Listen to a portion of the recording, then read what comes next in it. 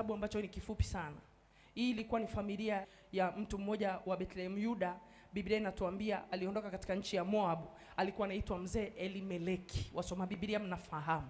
Familia ya mzee Elimeleki na mke wake Naomi walikuwa na watoto wao wawili, Maloni na Kilioni. Walitoka katika nchi nyingine wakaenda katika nchi ya Moab. Ukisoma historia ya Biblia, Israeli walikatazwa kuoa Moab. Nafikiri mnakumbuka hicho kwenye kitabu cha Hesabu. Bwana Yesu asifiwe. Na kitabu cha Walawi, na Mungu akaliwakataza Israeli kuoana na Moab. Kwa hiyo hawa Elimeleki alitoka na mke wake wakaenda, kwa sababu nchi yao ilikuwa na njaa. Wakafika katika hiyo nchi, wakaenda na watoto wao. Na watoto wao walipofika huko, Maloni na Kilioni wakamuoa. Mmoja akamuoa Orpa, mwingine akamuoa Ruti. Ujue katika nchi waliokimbilia ilikuwa imebeba mauti. Sikiliza nikwambie, tuko katika eneo la maandalizi. Bwana Yesu asifiwe.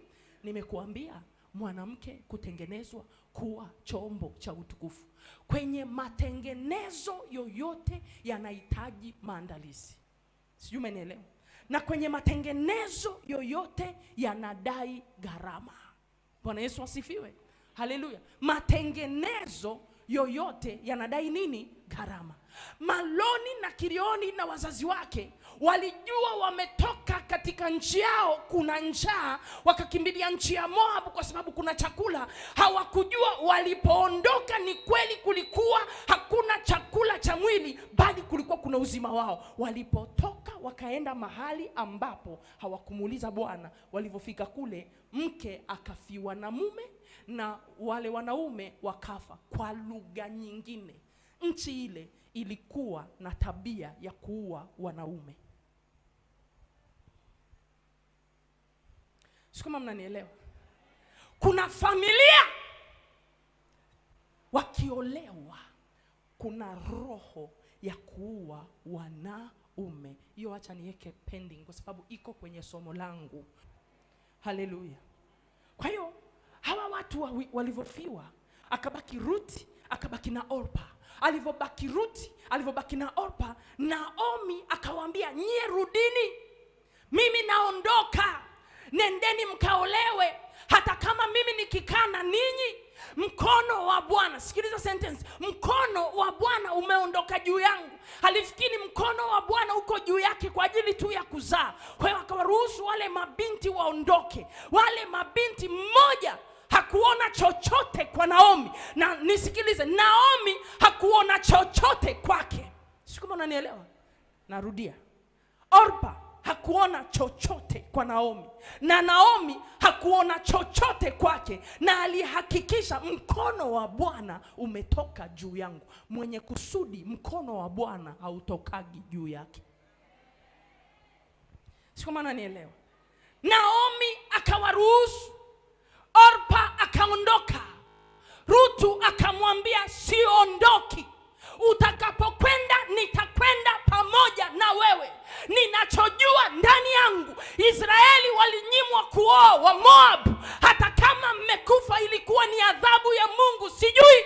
Ninachojua nimefiwa na mume, hata kama amekufa sikuachi. Utakapokwenda nitakwenda. Mungu wako atakuwa Mungu wangu. Ninachojua Mungu wangu si Mungu wa kweli. Wewe unayesema Mungu wako mkono wake umeondoka juu yako, mimi sioni mkono wa Mungu ukiondoka juu yako. Mimi bado nauona mkono wa Mungu juu yako. Na kama nauona mkono wa Mungu juu yako, usinisini kuache. Sifuatani na wewe kwa sababu ni mama mkwe, nafuatana na wewe kwa sababu ya Mungu wako. Sikupendi kwa sababu watoto wamekufa, na kupenda kwa sababu ya Mungu wako. Mimi ulipokuja kunitafuta Rutu, hukuja tu kunitafuta kama mke, ulikuja kufufua kisima, ulikuja kufufua kusudi. Na mimi nakufuata Naomi, ili kusudi la Mungu litimie.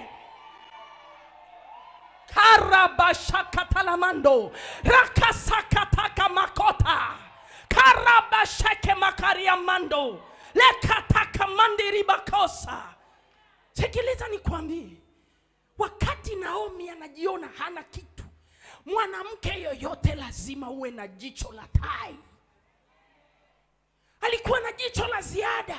Kuna watu mko hapa mna mnajidharau. Kuna watu mnanisikiliza mnajidharau. Sikiliza nikuambie, mwanamke aliyebeba kusudi la Mungu na mwanamume aliyebeba kusudi, usijidharau hata siku moja. Hata kama uchumi umepigwa, hata kama mke amepigwa, hata kama mume amepigwa, mwenye kusudi atapiganiwa mpaka dakika ya mwisho.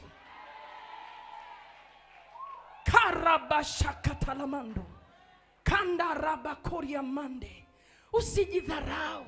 Asrongu unajua nina kusudi, usijidharau. Naomi alishakata tamaa. Alifikiri kusudi lake ni Elimeleki. Sikiliza na kutia moyo mjane ulioko hapa, hata kama umefiwa na mume, kusudi la Mungu bado lipo. Karabashaka mandera bokora. Sikiliza, walikutana wajane watatu. Walikutana wajane wangapi? Watatu. Alikutana mjane Naomi, walikutana mjane Orpa, alikutana mjane Ruth. Sikiliza, mjane Orpa hakuona kusudi ndani ya Israeli.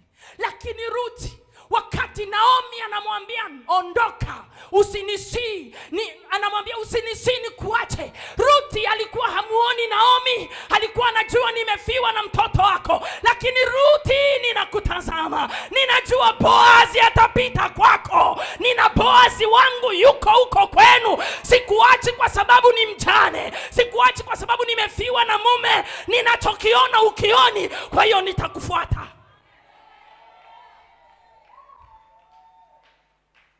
Maana ninachokiona ukioni, kwa sababu ukioni mimi naona. Usinifundishe kuwa kipofu wakati mimi naona. Mwambie mwenzo usiniambukize upofu. Mwambie mwenzo usiniambukize upofu. Usiniambukize upofu. Kama uoni cha kwako, usiharibu wanaoona. Kama umekatia tamaa cha kwako, usiharibu ambao wako njiani wanapambana. Sikiliza nikuambie, kuna watu wana maneno ya kumaliza wenzao.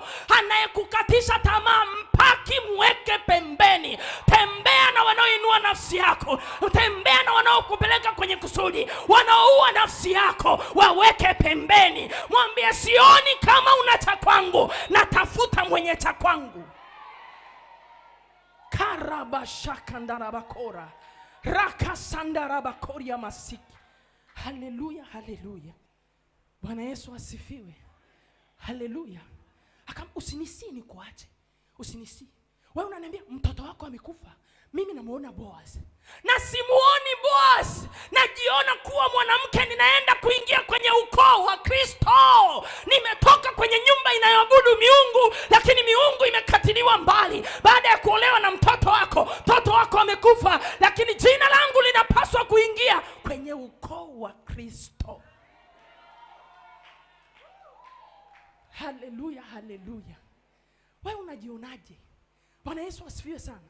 Unajua kuna watu unaweza kukutana nao ukafikiri imeisha. Sikiliza nikuambie leo katika jina la Yesu, kila mtu ambaye Mungu amekukutanisha naye ana kusudi kwenye maisha yako. Shida ya watu wengi ni vipofu.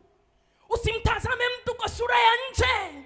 Usimtazame mtu kwa sura ya nje. Tazama kile Mungu amekiweka ndani yake kwa ajili yako. Anaweza akawa sahihi amefiwa. Anaweza akawa sahihi hana uchumi mzuri. Anaweza akawa sahihi hana jina. Lakini yeye hana jina, ana uwezo wa kukupa jina. Yeye hana uchumi mzuri, ana uwezo wa kuangazi yako ukawa na uchumi mzuri. Karabashaka la makoza rakamando ribo saka mayanto.